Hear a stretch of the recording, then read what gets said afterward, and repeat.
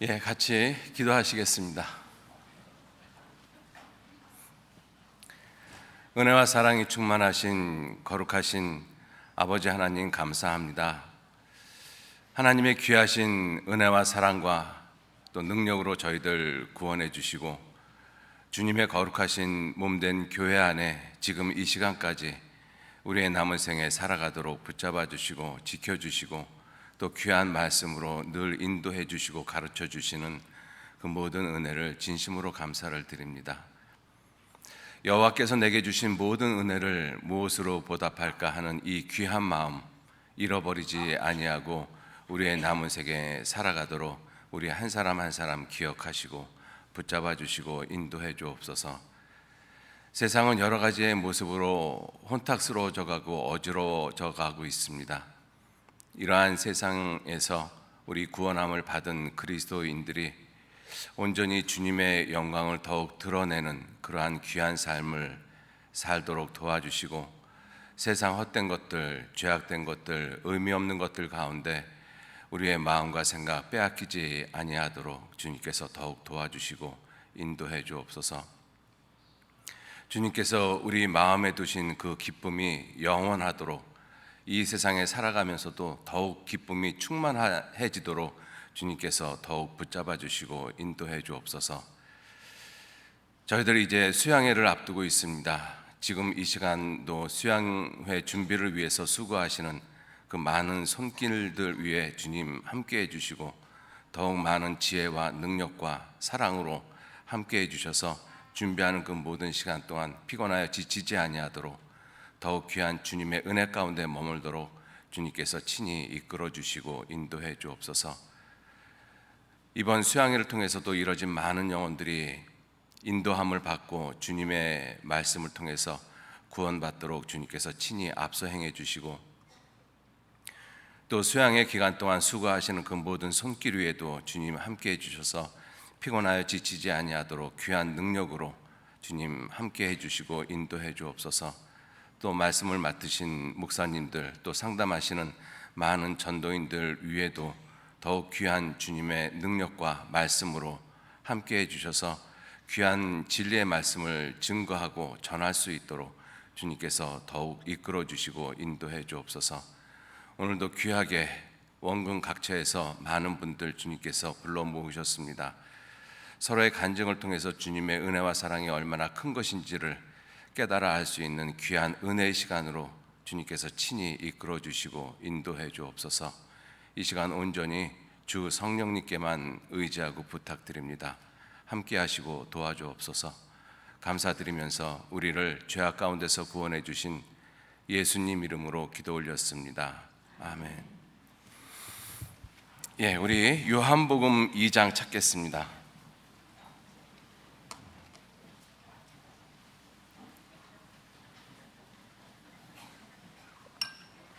요한복음 2장 1절 말씀서부터 11절 말씀까지.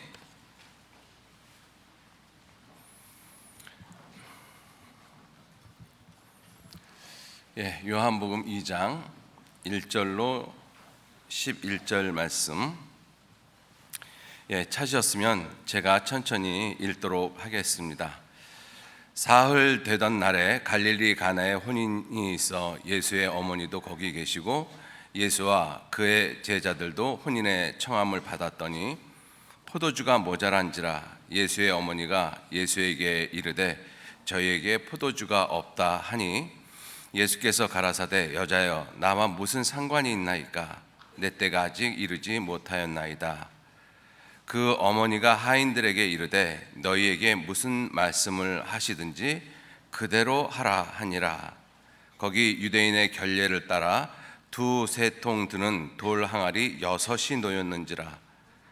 예수께서 저희에게 이르시되 항아리에 물을 채우라 하신즉 아구까지 채우니 이제는 떠서 연회장에게 갖다 주라 하심에 갖다 주었더니 연회장은 물로 된 포도주를 맛보고 어디서 났는지 알지 못하되 물 떠온 하인들은 알더라. 연회장이 신랑을 불러 말하되 10절 말씀 같이 읽겠습니다. 말하되 사람마다 먼저 좋은 포도주를 내고 취한 후에는 낮은 것을 내거늘 그대는 지금까지 좋은 포도주를 두었다 하니라. 예수께서 이 처음 표적을 갈릴리 가나에서 행하여 그 영광을 나타내심에 제자들이 그를 믿으니라. 예, 안녕하셨습니까? 반갑습니다. 예, 그동안 편안하셨죠? 예, 수양의 준비도 잘 하고 계시죠? 예, 고맙습니다. 예, 오늘은 우리들이 잘 알고 있는 그 예수님께서 가나의 혼인잔치에서 물을 포도주로 만드신 이 내용을 다시 한번 우리들이 좀 생각을 해 보시면서 이 수양회를 준비하시는 귀한 마음을 가지셨으면 좋겠습니다.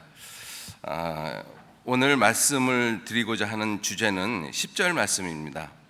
사람마다 먼저 좋은 포도주를 내고 취한 후에는 낮은 것을 내거는 그대는 지금까지 좋은 포도주를 두었도다. 이 연회장이 신랑한테 하는 말입니다. 지금까지 좋은 포도주를 두었도다. 이 좋은 포도주, 시편 104편 15절 말씀에 보면 포도주는 마음을 기쁘게 하는 포도주, 얼굴을 윤택해 하는 기름, 그리고 사람의 마음을 힘있게 하는 양식이라고 표현하고 계시잖아요. 그래서 이 포도주는 마음을 기쁘게 하는 것이 틀림없이 맞습니다. 포도주 드셔보신 적 있으시죠? 그죠? 드시니까 어때요? 처음 먹을 때는 마음이 좋잖아요. 그죠?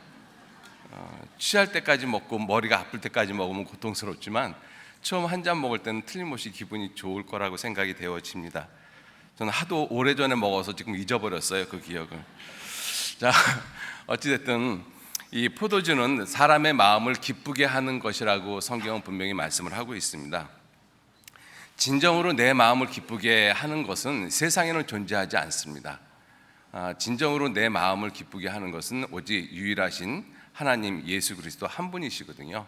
하나님만이 나를 기쁘시게 하고 또 예수님만이 나를 기쁘게 하고 하나님의 진리의 말씀 성경만이 내 마음을 정말로 기쁘게 합니다.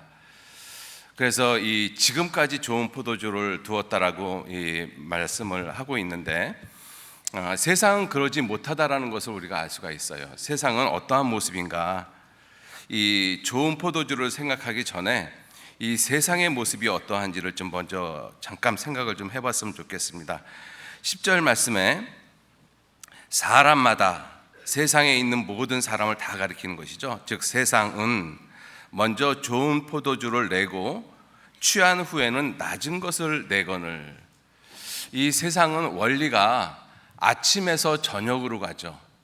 좋은 곳에서 고통스러운 모습으로, 좋은 곳에서 낮은 모습으로 가는 것이 세상의 원리입니다. 그것을 이제 우리가 물리학적으로 이야기할 때는 엔트로피의 법칙이라고 이야기를 하잖아요. 좋은 상태에 있는 것들을 가만 놔두면 점점 더 좋은 상태로 가는 것이 아니라 낮은 상태로 가버립니다. 에너지가 가장 낮은 상태로 바뀌어지죠. 그것은 이제 다른 말로 부패했다, 썩어졌다 이렇게 말을 하고 있습니다. 에너지가 가장 낮은 곳으로 흐르기 때문에 그렇습니다. 세상의 원리가 그렇거든요. 좋은 곳에서 낮은 곳으로, 아침에서 저녁으로 가는 것이 이 세상의 모습이라는 것을 우리가 알 수가 있습니다. 성경은 분명히 우리에게 말씀하시기를 주께서 내 마음에 두신 기쁨은 저희 곡식과 새 포도주에 풍성할 때보다 더합니다. 주님이 내게 주신 것은 그러한 모습인데 세상이 내게 주는 모습은 그와 정반대의 모습이라는 것이죠. 그래서 잠언 20장 21절 말씀에 처음에 속히 잡은 사람은 마침내 복이 되느니라. 그렇게 돼 있어요? 처음 들어보셔요? 처음에 속히 잡은 사람은 마침내 복이 되지 아니하느니라. 이 세상이 그렇거든요. 그죠? 세상이 어떤 것을 이렇게 나한테 주면 내가 아무 수고 없이 노력 없이, 그리고 내가 어떤 일을 시작하자마자 어떤 내가 원하는 것이 탁 이루어지면 그것이 나를 끝까지 즐겁게 또 편안하게 그렇게 만들어주지 않습니다. 우리가 아주 단편적인 예를 볼 수 있는 것이 이 복권에 당첨된 사람들이 꽤 많이 있습니다. 그런데 복권에 당첨된 그 사람들이 그 많은 돈을 끝까지 지키면서 행복한 생활을 영위하고 있는 사람이 단 한 사람도 없다라는 것이에요. 그 복권을 당첨이 됐었을 때는 얼마나 기뻤겠어요. 엄청난 돈이 나한테 들어왔잖아요. 그런데 그것이 그 사람을 기쁘게 만드는 것이 아니라 결국은 그 사람을 힘들게 만들고 그 사람을 폐인으로 만들고 주변에 있는 사람들까지 힘들게 만들어 버리잖아요. 세상의 원리가 그렇습니다. 그럼 왜 세상은 그와 같은 모습이 되어졌느냐? 하나님이 처음부터 세상을 그런 세상으로 만들었느냐? 아니죠. 하나님이 처음부터 세상을 그렇게 만들지 않으셨습니다. 우리 요한복음 2장을 표시해 놓으시고요, 창세기 1장을 잠깐 보시죠.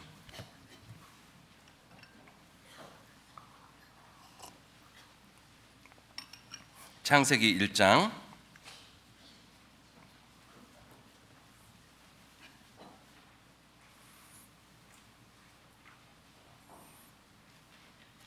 8절 말씀, 둘째 날 하나님이 궁창을 만드실 때의 모습입니다. 8절, 하나님이 궁창을 하늘이라 칭하시니라. 저녁이 되며 아침이 되니 이는 둘째 날이니라. 하나님 보시기에 좋았더라 라는 말이 없죠. 둘째 날만 하나님 보시기에 좋았더라 라는 말씀이 없다라는 것을 우리들 익히 잘 알고 있습니다. 왜? 사람을 힘들게 하고 사람을 넘어지게 하고 사람을 시험케 하는 마귀가 공중에 주둔하고 있는 것을 하나님이 보셨기 때문에, 하나님의 사랑의 짝으로 만든 사람을 힘들게 하는 그 존재가 있는 것을 보셨기 때문에 그 모습을 보면서 하나님 보시기에 좋았더라 라고 말할 수가 없었던 것이죠. 11절 말씀해 보시면 하나님이 묻을 드러나게 하시고 그 땅에서 11절, 하나님이 가라사대 땅은 풀과 씨 맺는 채소와 각기 종류대로 씨 가진 열매 맺는 과목을 내라 하심에 그대로 되어 땅이 풀과 각기 종류대로 씨 맺는 채소와 각기 종류대로 씨 가진 열매 맺는 나무를 내니 하나님 보시기에 좋았더라. 사람을 기쁘게 하는 것, 그죠? 사람의 마음에 힘을 주는 양식, 이것이 땅을 통해서 나타나니까 하나님 보시기에 좋았더라 라고 말씀하고 계십니다. 한번 생각을 해보시죠. 이때 사람을 힘들게 하는 가시와 엉겅퀴가 자라났을까요? 안 자라났을까요? 안 자라났을 것입니다.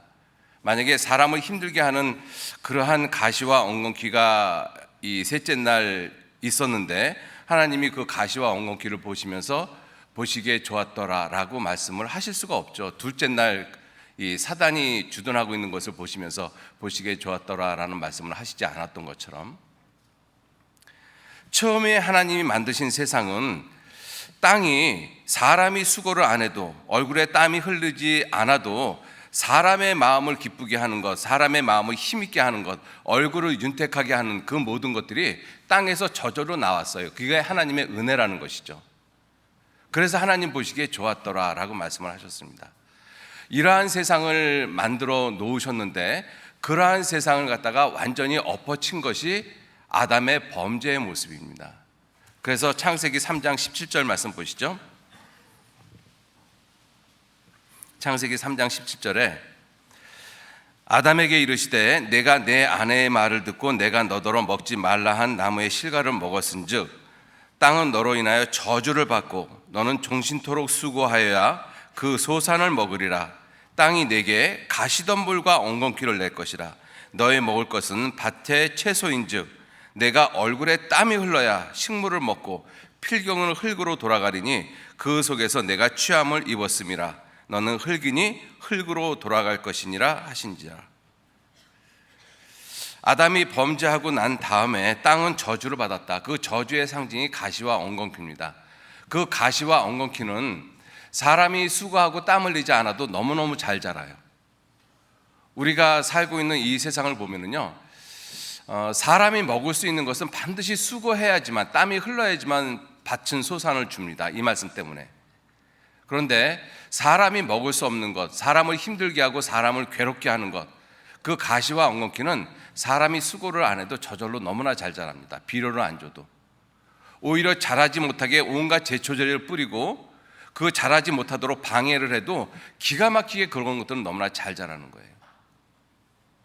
그러니까 사람이 수고하고 사람이 이 고생하고 병들고 아프고 죽음이 있을 수밖에 없는 것이 바로 이때부터 시작이 되어졌습니다. 이러한 세상에서 우리가 살아가고 있거든요. 이러한 세상에서 내게 진정으로 기쁨을 주는 것은 없습니다. 세상 것은 없어요. 자, 그런데 사람들이 세상이 마치 내게 기쁨을 주는 것처럼 착각을 하고 세상을 살아가고 있거든요. 이유가 무엇이냐면 마귀에게 속아서 그렇습니다. 마귀가 하와를 속일 때 먹음직하고 보암직하고 지혜롭게 할 만큼 탐스러운 것으로 속였거든요, 세상을. 하나님은 분명히 이 세상을 이렇게 만드셨거든요. 아담 하와가 범죄하고 난 다음에 땅을 저주하셨습니다. 그래서 정신토록 수고해야 돼요. 정말 기쁨이 없고 평안이 없고 어느 곳에서도 쉴 곳이 없는 세상이 우리가 살고 있는 세상이거든요. 그런데 지금 마귀가 만든 세상을 보면은요, 정말 보암직하고 먹음직하고 탐스러운 세상이잖아요. 그래서 그것을 얻으려고 사람들이 꽤 노력을 하죠. 그래서 일시적으로 세상의 것을 얻습니다. 잠깐 기쁨이 찾아오죠. 그런데 그 기쁨이 영원히 계속되느냐? 아니, 영원이 아니라 자기가 살아가는 동안까지 계속되느냐? 하나도 계속되어지는 것이 없습니다. 결국은 낮은 것으로, 악한 것으로, 고통스러운 것으로 바뀌어지죠. 그게 세상의 원리이기 때문에 그렇습니다. 그래서 이 세상에 있는 모든 사람들은 하루의 시작을 아침으로 시작을 하죠. 그리고 끝이 저녁으로, 밤으로 갑니다. 근데 유대인들만큼은 저녁이 되며 아침이 되니 이는 첫째 날이라 이렇게 말씀하고 있잖아요. 이 세상은 진정으로 내게 마음의 즐거움과 마음의 기쁨과 행복을 주는 것이 없다라는 것입니다. 하나님이 저주하신 세상이기 때문에 그렇습니다. 자, 그리고 또 이 세상이 나한테 진정으로 기쁨을 주지 못하는 이유가 무엇이냐면 내가 쓰는 이 모든 것들은 다 빌려 쓰는 것이거든요. 내 것이 하나도 없어요. 내 것이라고 이야기할 수 있는 것이 무엇이 있겠습니까? 내가 가지고 있는 생명, 건강, 지혜, 시간, 돈, 이거 사실 다 내 거 아니거든요. 다 하나님께로부터 우리가 빌려 쓴 것입니다. 그래서 성철 스님이 그런 말씀하셨다고 그러잖아요. 성철 스님이 이쑤시개 하나 갖고 4년 쓰셨다고 그러잖아요. 그죠? 크리네스 티슈 한 장 가지고 8번 쓰시고, 그래서 그 제자 스님이 그랬다라고 합니다. 스님, 우리도 이제 먹고 살만한데 이제 좀 궁상 그만 떠시죠 그랬대요. 그랬더니 그 스님이, 성철 스님이 그 제자 스님한테 하시는 말씀이, 야 이놈아, 남의 거 빌려 쓰는 세상에서 흥청망청 쓰는 것도 죄인 줄 알지 못하느냐? 빌려 쓰는 세상이거든요. 그죠? 그리고 다 하나님께 빌려 쓰는 것입니다. 여러분들, 빌려 쓰는 것은 반드시 한계에 도달해요. 그죠? 예를 들어서 내가 은행에서 이 어떤 사업을 하든지 아니면 가게 문제 때문인지 뭐 여러 가지 문제로 돈을 갖다가 예를 들어서 1,000만 원을 대출했어요. 그럼 그 1,000만 원은 계속 1,000만 원이 유지되어지는 것이 아니라 곧 1,000만 원이 다 소진되어집니다. 그리고 그 1,000만 원을 갚기 위해서는 또 이자에 또 다른 돈을 또 빌려야 되잖아요. 그래서 1,000만 원 빌린 것이 1억이 되고 1억 빌린 것이 10억이 되고, 근데 누가 나한테 세상에서 그 모든 것들을 끝까지 빌려줄 사람이 있겠느냐고요. 자기 것이 없는데. 그러니까 빌려 쓰는 세상에서는 반드시 한계에 다다를 수밖에 없어요. 그러니까 빌려 쓰는 그 순간은 내게 잠깐의 기쁨은 있지만 시간이 지나면 그 잠깐의 기쁨이 고통으로 바뀔 수밖에 없죠. 그게 세상의 원리인 것입니다. 그래서 은행에서 돈 많이 대출받지 마셔요. 자, 세상은 그러한 모습이기 때문에 내게 진정으로 행복과 기쁨을 주지 못한다라고 성경은 말씀을 하고 있습니다. 그런데 예수님만은 진정으로 내게 행복과 기쁨과 즐거움을 주시는 분이시거든요. 행복, 즐거움 그 자체가 누구시냐면 바로 예수님이십니다. 주님께서 말씀을 하시기를, 주께서 생명의 길로 내게 보이시더니 주의 우편에는 영원한 즐거움이 있나이다. 시편 16편 11절 말씀이지 않습니까? 영원한 즐거움. 주님은 기쁨 그 자체가 되신 분이시거든요. 그래서 이 가나의 혼인잔치의 이 비유는 이 세상 혼인잔치에 포도주가 떨어졌다, 그것이 세상을 가리키는 모습이잖아요. 그런데 그 포도주가 떨어진 그 연회장에 하나님이 정말 좋은 포도주, 예수님이 정말 좋은 포도주를 끝까지 지금까지 두었다. 연회장은 그렇게 말을 하고 있습니다. 내게 진정한 기쁨과 즐거움과 행복을 주시는 유일한 분이 누구시냐? 예수님이십니다. 우리가 예수님을 통해서 어떻게 진정한 기쁨과 행복을 누리느냐? 예수님이 구원을 완성을 해 놓으셨고, 그리고 말씀하시기를 내가 곧 길이요 진리요 생명이니 나로 말미암지 않고는 아버지께로 올 자가 없느니라. 예수님께서 아버지께서 내게 주신 일을 내게 하라고 주신 일을 내가 이루어 내가 아버지를 세상에서 영화롭게 했습니다. 그래서 예수님 십자가에 돌아가실 때 다 이루었다라고 말씀을 하시고 구원을 완성하셨어요. 그 구원을 완성하신 부분은 사람이 참여할 수 있는 부분이 아무것도 없습니다. 그건 예수님 홀로 하셨거든요.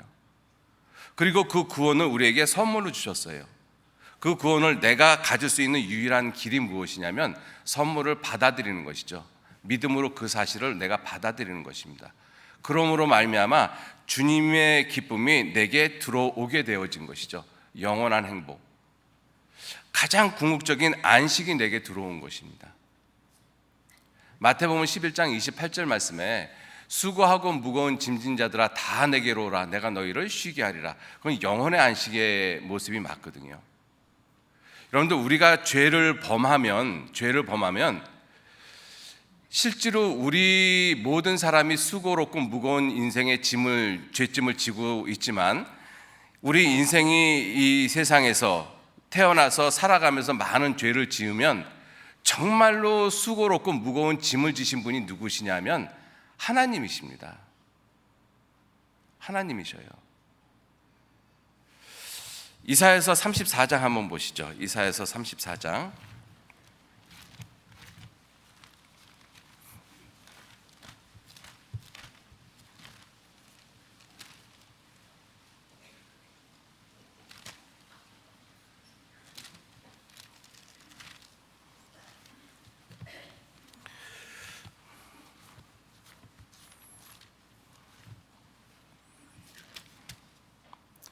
아, 43장입니다. 죄송합니다. 이사야 43장. 이사야 43장.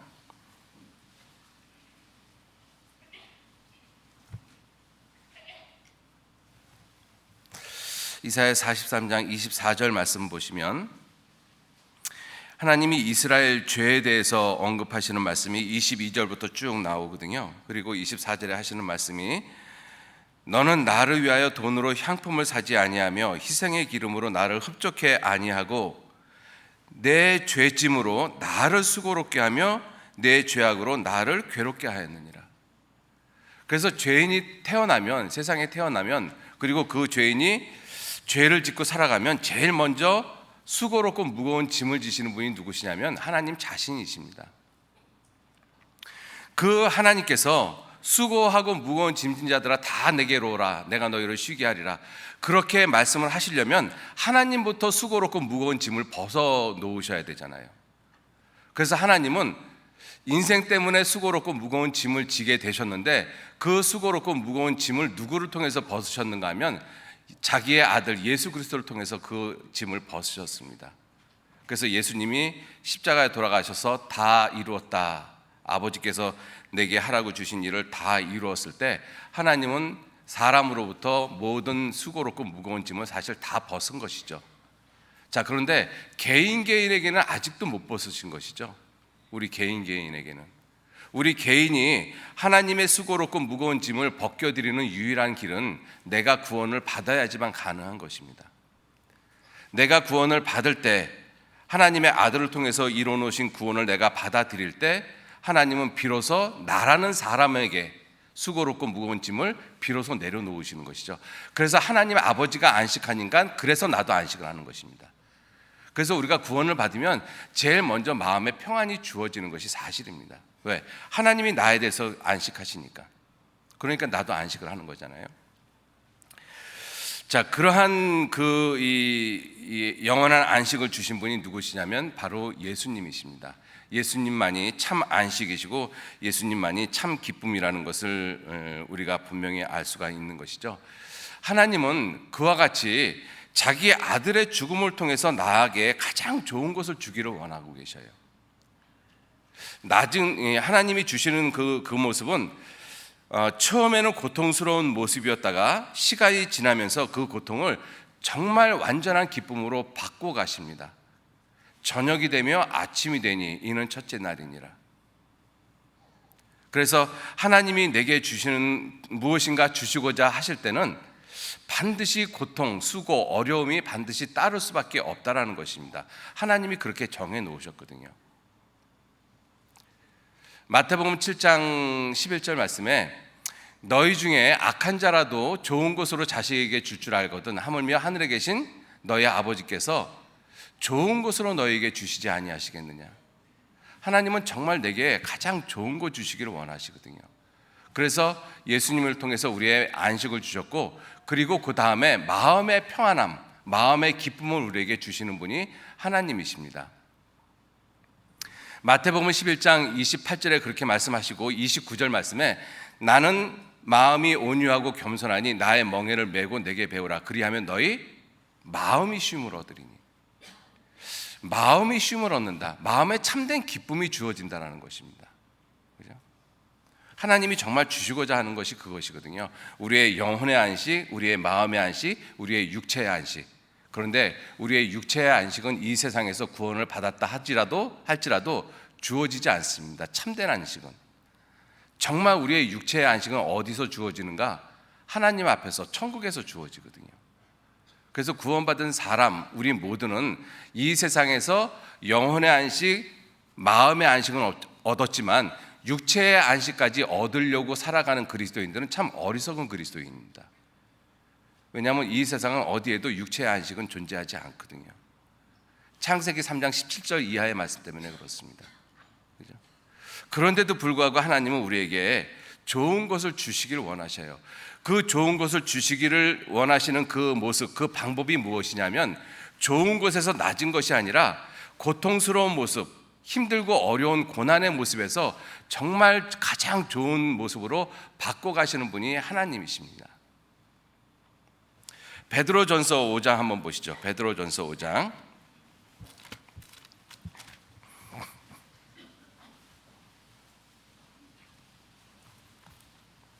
베드로전서 5장 보시겠습니다.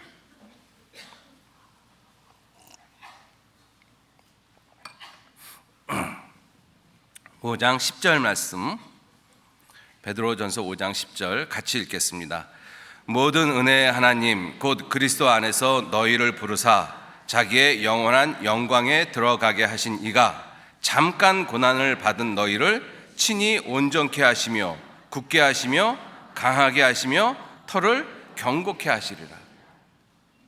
우리에게 처음부터 우리를 강하게 하시고 굳게 하시고 터를 경고케 하시는 것이 아니라 잠깐 고난을 통해서 이 일을 하신다라고 말씀하시거든요.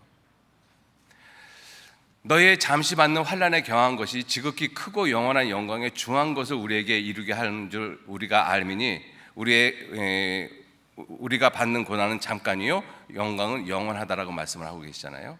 우리는 세상에서 잠깐 고난을 받는 거예요. 잠깐. 그 잠깐 고난 받는 그것을 영원한 영광으로 바꿔주시는 분이 누구시냐면 하나님이십니다. 그래서 하나님이 우리에게 정말 좋은 걸 주시고자 할 때는 반드시 고난이 있어요. 고통이 있습니다. 아픔이 있고 슬픔이 있고. 그러니까 역으로 생각을 해보면 지금 내가 어떠한 고난이나 이해되어지지 않는 슬픔, 고통이 있다라면 어떻게 생각하시면 돼요? 아, 하나님이 머지않아 내게 가장 좋은 걸 주시겠구나. 그렇게 생각하면 확실히 맞습니다. 하나님은 정말 우리에게 가장 좋은 걸 주시기를 원하시는 분이시거든요.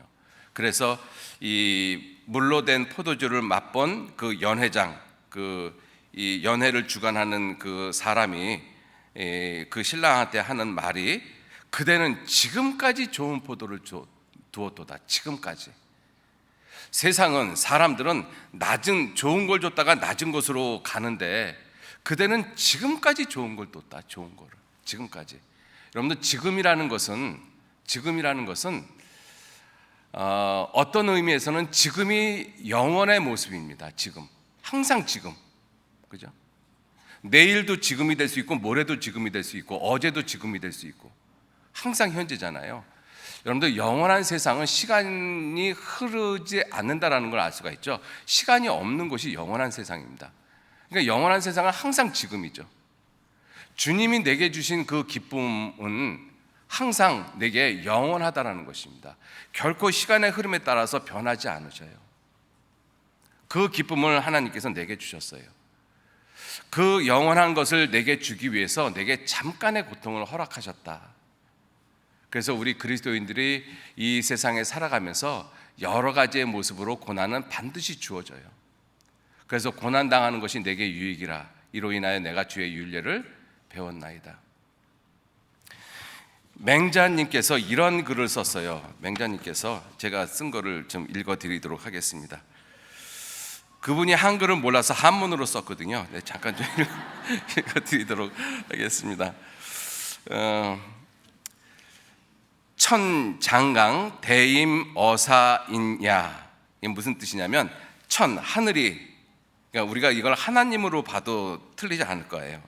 장강, 장차 어떤 일을 주려고 할 때는 그 어떤 일이 뭐냐, 대임, 큰 일을 사람에게 내리려고 할 때는 필선노 기심지, 반드시 먼저 기심지, 그 마음을 괴롭게 한다는 것입니다. 고 기근골, 그 뼈마디가 쑤시는 고통을 당하게 한다는 것이죠.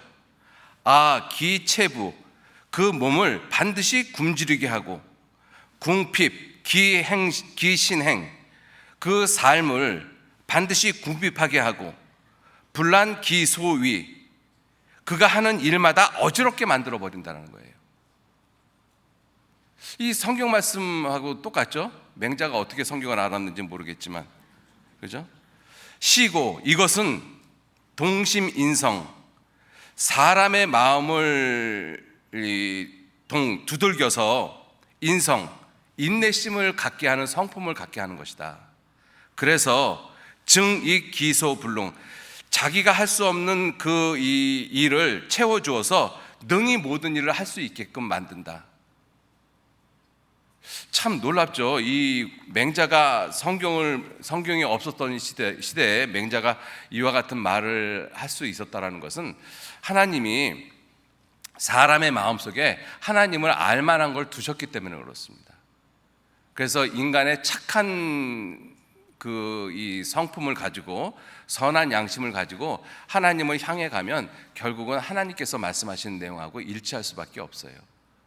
우리가 그걸 알 수가 있는 것이 성경에서 가장 그 사람에게 행하는 도의 근본이 효라고 말씀하시잖아요. 내 부모를 공경하라, 이는 약속 있는 첫 계명이다. 근데 공자도 사람의 그 행실 중에서 만행의 근본이 무엇이냐, 그것이 효라고 말씀하고 있거든요. 그러니까 우리가 성경이 없었던 시절에도 하나님의 뜻을 전혀 모른다라고 말하기는 어렵죠. 하나님을 알 만한 것을 두셨기 때문에 그렇습니다. 자, 어찌됐든 이 하나님의 말씀에 하나님이 우리에게 좋은 것을 주시고자 할 때에는 반드시 고난을 통해서 주신다라는 것을 우리가 알 수가 있어요. 세상 사람들도 그와 같은 이야기를 하잖아요. 그 가장 좋은 것을 우리에게 주시는 분이 하나님이십니다. 그 가장 좋은 그 기쁨을 과연 누가 알겠느냐 하는 거예요. 어떤 사람이 예수님이 가장 내게 귀한 기쁨이 되시고 영원한 즐거움이 되시고 예수님만이 나를 행복하게 하시는 분이라는 것을 누가 알 수 있겠느냐. 여러분들, 이 가나의 혼인잔치에서 누가 그거를 알았겠어요? 요한복음 2장 한번 보시죠.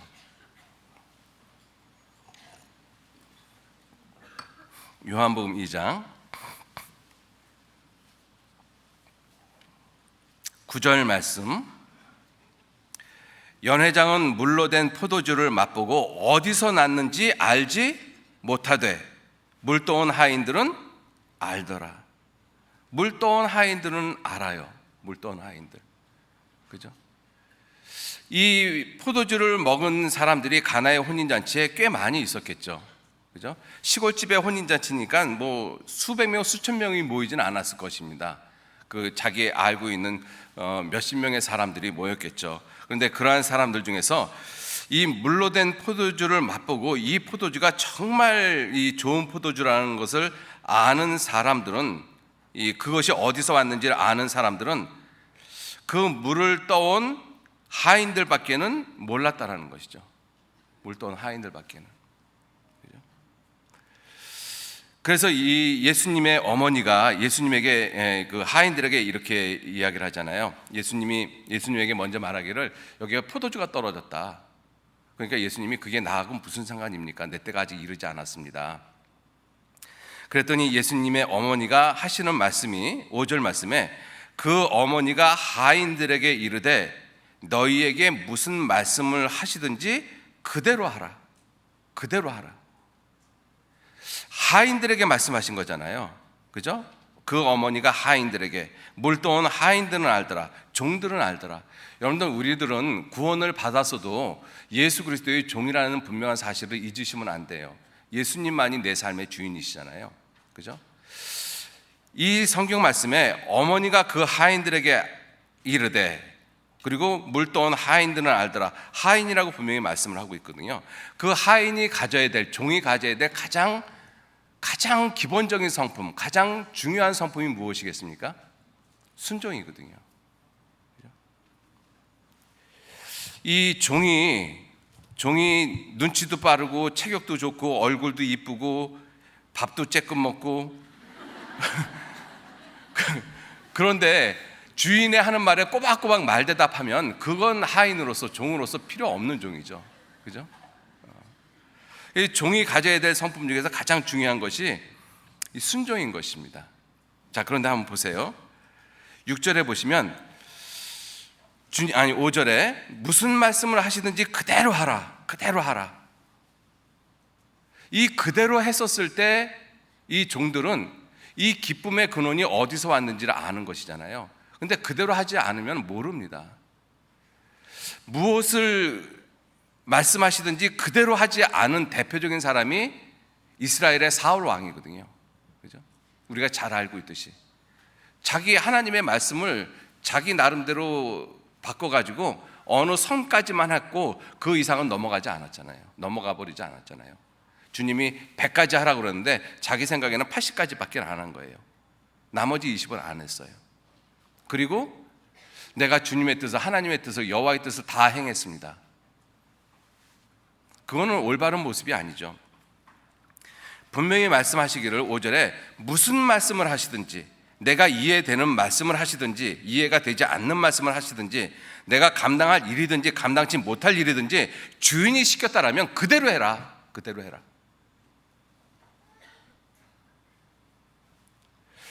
자, 그래서 6절 말씀서부터 보시면 거기 유대인의 결례를 따라 2-3통 드는 돌 항아리 6이 놓였는지라.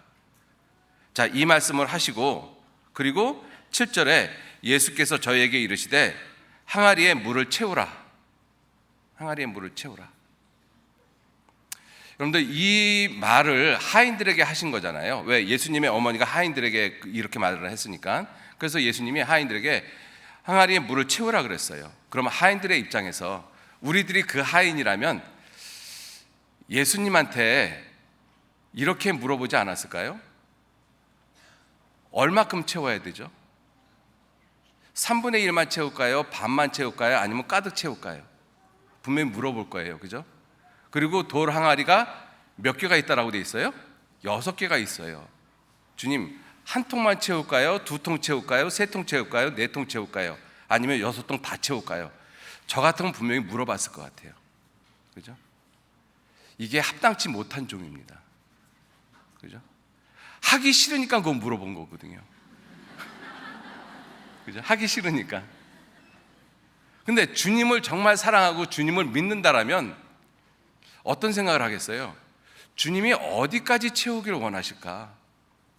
주님이 원하시는 물을 채우라고 말씀하셨는데 여기에 지금 6통이나 들어가 있는데 어디까지 얼마큼 채우기를 원하실까? 그거 주님의 마음에서 생각해 보지 않겠습니까?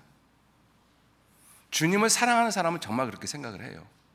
그죠? 자기 주인을 생각하는 사람은. 근데 주인이 자기한테 일 시키는 것이 힘들고 괴롭고 그러면 도대체 어디까지 채우라는 거지? 몇 통을 채우라는 거야? 그런 생각이 당연히 들어가겠죠. 여러분들, 여기서 6절에 유대인의 결례를 따라 두세 통 드는 돌 항아리라고 되어 있잖아요. 이것을 지금 우리가 쓰는 이 그 리터법으로 환산하면 돌 항아리 하나에 75리터에서 110리터가 들어간다고 합니다. 근데 그렇게 이야기하면 별로 감이 안 잡히시죠? 쉽게 얘기해서 돌 항아리 하나에 100리터가 들어간다라고 하면 100리터면 어느 정도냐 하면요, 우리가 마트에서 이 500cc짜리 이 한 팩을 사면, 이 한 묶음을 사면 모두 24개가 들어있잖아요. 그러니까 12리터입니다. 그죠? 이 24개짜리를 갖다가 8번 정도는 보야지 그 통에 이 아구까지 차게끔 되어져 있어요. 그것이 몇 개가 있어요? 6개가 있는 거예요. 그죠?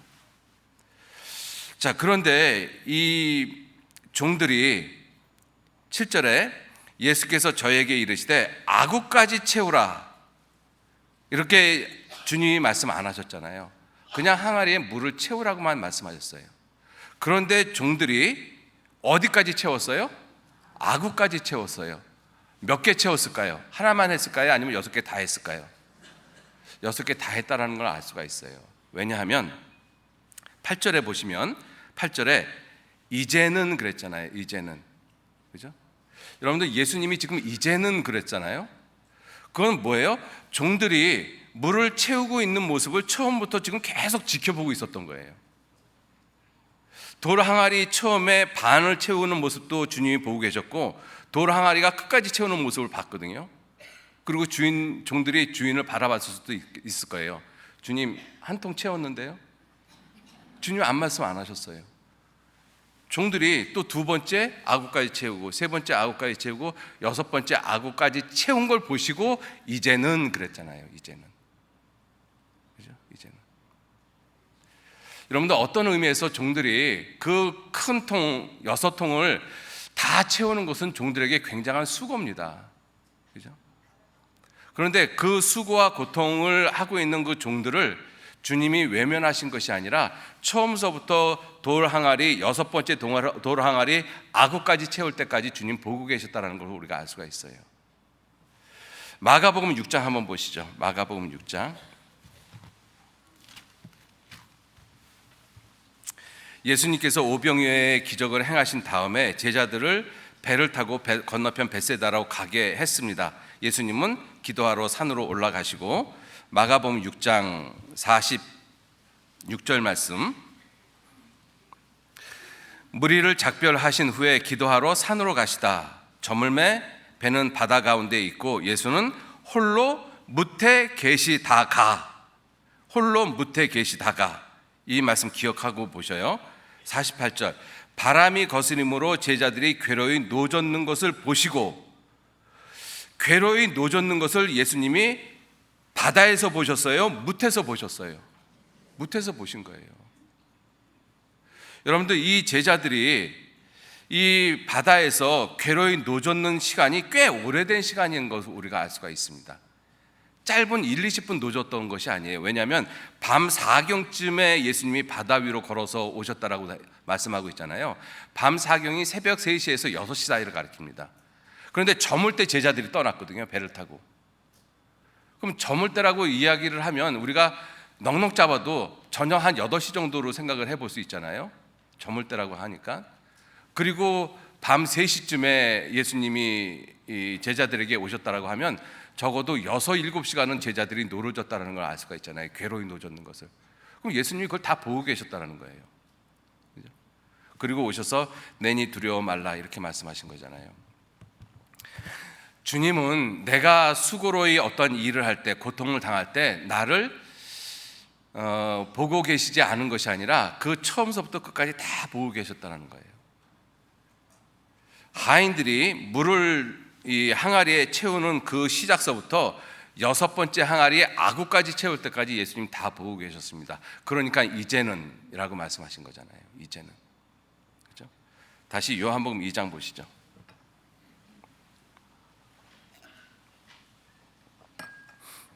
요한복음 2장 8절, 이제는 떠서 연회장에게 갖다 주라 하심에 갖다 주었더니.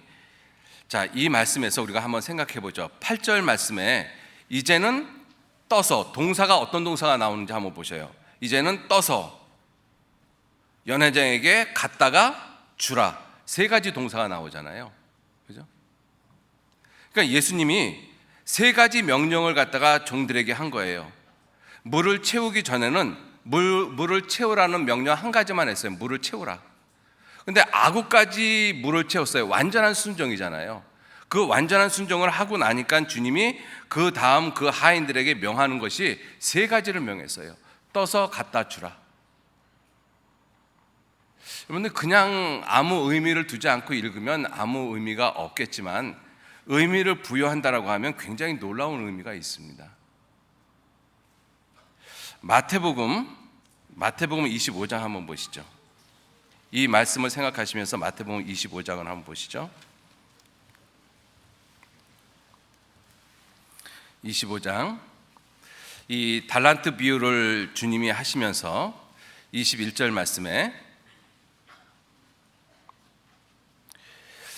21절, 그 주인이 이르되 잘하였도다 착하고 충성된 종아, 네가 작은 일에 충성하였음에 내가 작은 것으로 내게 맡긴다라고 하셨어요? 많은 것으로 맡긴다고 하셨어요? 많은 것으로 맡긴다라고 하셨어요. 내 주인의 즐거움에 참여할지어다. 또 23절에도 똑같은 말씀을 하시죠. 그 주인이 이르되 잘하였도다 착하고 충성된 종아, 내가 작은 일에 충성하였으므로 내가 많은 것으로 내게 맡기리니 내 주인의 즐거움에 참여할지어다. 여러분들, 우리가 주님의 일에 온전한 충성을 한 그 사람에게 주님은 많은 것을 맡기십니다. 이 종들에게 주님이 말씀하시기를 항아리에 물을 채우라, 단순하게 그 명령 하나 하셨잖아요.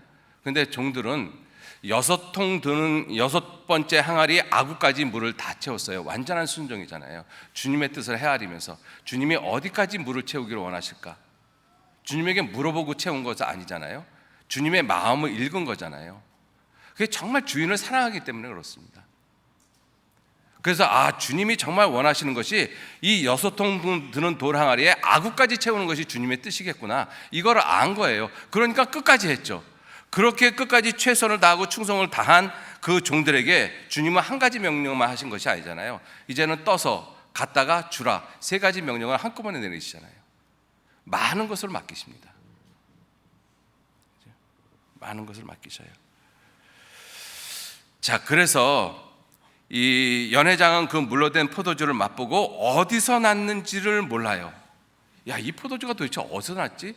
아마 이 연회장은 자기 생애에서 처음으로 먹어보는 가장 맛있는 포도주였을 것입니다. 그죠? 여러분, 연회장이라는 것은 연회를 주관하는 그 어떤, 요즘으로 이야기를 하면 뭐라고 얘기를 해야 되나요? 그런 하여튼 그 연회를 주관하는 사람이잖아요. 그러한 사람이 어떤 연회장을 안 가봤겠어요? 어떤 술은 안 먹어봤겠어요? 그죠? 그런데 이 연회장이 그 모든 것을 다 맛을 본 그 사람이 가장 좋은 포도주, 이 상태에서도 이 사람이 아마 취해 있었을 가능성이 있었어요. 그런데도 불구하고 가장 좋은 것, 근데 이것이 어디서 왔는지 모르잖아요. 그런데 놀랍게도 물 떠온 하인들은 알더라. 물 떠온 하인들은 알더라. 요한복음 7장 17절 말씀에 사람이 하나님의 뜻을 행하려 하면 내가 말하는 이 교훈이 하나님께로부터 왔는지 내가 스스로 말함인지 알리라. 내가 정말 주님의 뜻을 헤아리고 주님의 뜻에 순종하면 내게 주는 이 기쁨이 어디서부터 왔는지 알아요. 물 떠온 하인들은 알더라. 연회장은 모르지만, 그죠? 자, 그래서 이 물 떠온 하인들이 알 수 있었던 이유가 무엇이냐면 예수님의 말씀에 순종했기 때문에, 예수님의 말씀에 예수님이 하시고자 하는 일에 수고하고 동참했기 때문에 가능한 것입니다. 수고하고 동참했기 때문에. 수고하고 동참하지 않은 이 연회장은 모르잖아요. 이 물이, 이 포도주가 어디서 왔는지를 알 수 있는 유일한 사람들이 이 하인들밖에 없어요. 물을 기른 하인들. 그 물을 기른 하인들은 구체적으로 무엇을 알았겠느냐? 누가 이 포도주를 만들었는지 알죠. 예수님께서 어떻게 그 포도주를 만들었는지는 모르지만 예수님께서 물로 포도주를 만들었다는 것은 분명히 압니다. 그러니까 우리가 주님의 뜻을 알고 주님의 뜻대로 순종을 하면 주님이 정말로 기쁨을 주시는 분이라는 걸 알아요. 주님만이 나를 구원하시는 분이라는 걸 압니다. 그죠? 그거를 알지 못하는 사람은 주님만이 구원자가 아니라 다른 쪽에서도 얼마든지 구원을 얻을 수 있다라고 이야기를 해요. 세상에 있는 많은 사람들이 그런 모습이잖아요. 심지어 교회를 다니는 사람들조차 예수님에게만 구원이 있느냐? 예수님에게만 구원이 있는 것이 아니라 다른 데서도 얼마든지 구원이 있다라고 이야기하는 목사들도 계시잖아요. 왜냐하면 주님의 뜻을 온전히 헤아리지 않고 또 주님의 뜻을 온전히 이루지 않았기 때문에 그래요. 그러니까 모르는 것이죠. 정말 그 근본된 기쁨, 가장 완전한 기쁨이 예수 그리스도라는 걸 모릅니다. 자, 그리고 진정으로 나를 기쁘게 하는 것이 무엇인지를 알죠. 진정으로 나를 기쁘게 하는 것, 이게 주님이라는 것을 알잖아요. 그죠? 자, 그리고 또 하나 이 종들이 아는 것이 뭐냐면 왜 수고와 슬픔과 고통이 기쁨으로 변하는지를 아는 거예요. 수고와 슬픔에 동참한 사람들만이 그 수고와 슬픔이 기쁨으로 변하는 걸 알지 동참해보지 않은 사람은 절대로 모릅니다. 시편 126편 한번 보시죠. 시편 126편.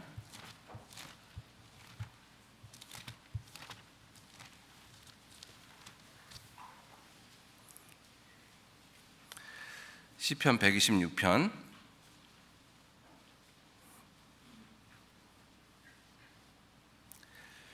5절 6절 말씀, 5절 6절 말씀 같이 읽겠습니다.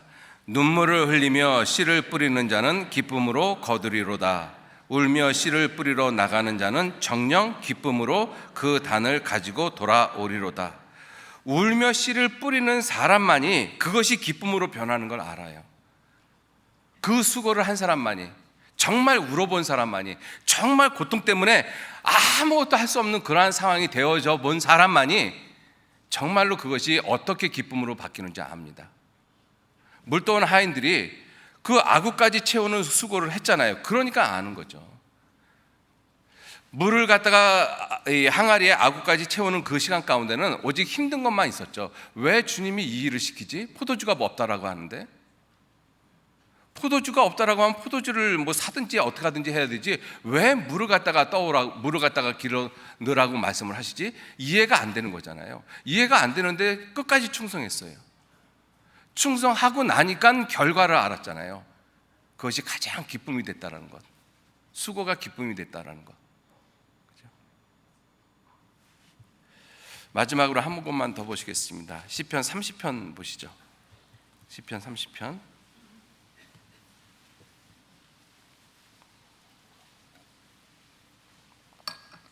시편 30편 5절 말씀, 5절 말씀 같이 읽겠습니다. 그 노염은 잠깐이요 그 은총은 평생이로다. 저녁에는 울음이 기숙할지라도 아침에는 기쁨이 오리로다. 저녁에는 울음이 기숙할지라도 아침에는 기쁨이 오리로다. 여러분들, 우리들이 살아가는 이 세상은 육체는 쉬지 못하는 곳입니다. 육체는 쉼이 없는 곳이에요. 이러한 세상에서 정말 주님의 뜻을 온전히 헤아리고 주님께 최선을 다해서 순종을 하면 정말로 그 기쁨이 어떻게, 그 고통이 내게 어떻게 기쁨으로 바뀌는지 정말로 알아요. 그 수고와 고난에 동참을 해보지 않은 사람은 모릅니다. 우리가 수양회를 앞두고 나름대로 마음에 여러 가지 갈등을 하고 계시는 분들이 분명히 있으실 거예요. 여기에 오신 분들은 그런 분들이 안 계시겠지만 분명히 좀 신앙적으로 어리고 구원받은 지 얼마 안 되신 분들은 내가 그때 볕에 거길 어떻게 가지? 그리고 또 구원받은 지 오래되신 분이라 할지라도 이 신앙적으로 어떤 문제가 생기면 그러한 수고를 하는 것이 마음에 큰 부담이 되어지죠. 그래서 예를 들어서 그러한 분들이 수양회를 동참을 안 했다라고 한번 생각을 해보셔요. 이제 수양회가 다 끝났어요. 우리가 시작을 하지만 조금 있으면 수양회 분명히 금세 끝납니다. 그죠? 굉장히 빨리 끝나잖아요. 끝나고 나서 이제 형제 자매들마다 모여서 수양에 대한 이야기를 해요. 근데 무슨 이야기 제일 많이 합니까? 고생스러운 이야기 제일 많이 하거든요. 근데 그것이 고생 때문에 이야기하는 것이 아니라 내게 기쁨으로 바뀌었기 때문에 즐거움 가운데서 이야기하는 거거든요. 근데 그 고난 가운데 참여하지 않은 사람은 마치 그것이 외인부대 이야기 같아요. 남의 이야기 같습니다. 딴 사람들은 막 그때 땀 흘리고 수고하고 막 일해서 그것 때문에 깔깔깔거리고 웃는데 자기는 그냥 멍하니 있어요. 뭐지? 왜 땀 흘리고 고생했는데 왜 웃고 있지? 모르잖아요. 물 떠오는 하인들만 압니다. 물 떠오는 하인들만 알아요. 여러분들 고난에 참여할 때 정말로 그 수고와 슬픔이 왜 기쁨으로 변하는지, 왜 그리스도만이 내게 참다운 행복이고 영원한 즐거움이 되시는지 수고를 통해서만 깨닫게 되어져 있습니다. 그래서 이번 수양에도 하나님이 우리를 괴롭게 하시려고 하는 것이 아니라 우리에게 완전한 기쁨, 영원한 즐거움을 주시기 위해서 하나님께서 우리에게 또 귀한 기회를 허락하셨다라고 생각이 들거든요. 우리의 얼마 안 되는 그 수고를 통해서 하나님은 놀라운 일을 하시잖아요. 죽은 사람들을 살리시지 않습니까? 우리가 살리는 것이 아니에요. 우리는 동참만 할 뿐입니다. 그죠? 살리시는 분의 주체는 누구셔요? 오직 주님이 살리시잖아요. 물을 포도주로 만드시는 주체는 종들이 아니에요. 주님이십니다. 종들은 하라는 대로 하기만 하면 돼요. 그죠? 그런데 어디까지 채워야 되죠? 몇 통을 채워야 되죠? 그러한 종 되지 마시고 그러한 종 되지 마시고 정말 주님의 뜻이 어디 있을까 기도로 그 뜻을 알면서 주님의 일에 순종하는 그러한 귀한 은혜의 수양회가 우리 모두에게 되셨으면 좋겠습니다. 같이 기도하시겠습니다. 하나님, 귀한 은혜와 사랑에 진심으로 감사를 드립니다. 주님은 우리를 친구라고 부르셨지만 우리는 여전히 주님의 종입니다. 주님은 내 목자이시고 우리는 그의 기르시는 양이라는 것을 분명히 깨닫게 하시고, 주님이 원하시는 뜻이 무엇인지, 계획이 무엇인지 주님을 날마다 깊이 생각하는 그러한 귀한 삶을 살아가게 하시고, 주님의 뜻대로 온전한 모습으로 순종하는 그러한 참된 종의 모습으로 우리의 남은 생에 살아가도록 도와주시고 인도해 주옵소서. 이번 수양회를 통해서도 참으로 우리들이 흘리는 작은 수고, 작은 땀방울이 우리에게 정말 놀라운 기쁨이 되어지는 그 놀라운 사실을 발견하는 귀한 시간, 귀한 은혜의 시간으로 이끌어 주시고 인도해 주옵소서. 모든 것 주님께 의지하면서 예수님 이름으로 기도 올렸습니다. 아멘. 예, 수고하셨습니다.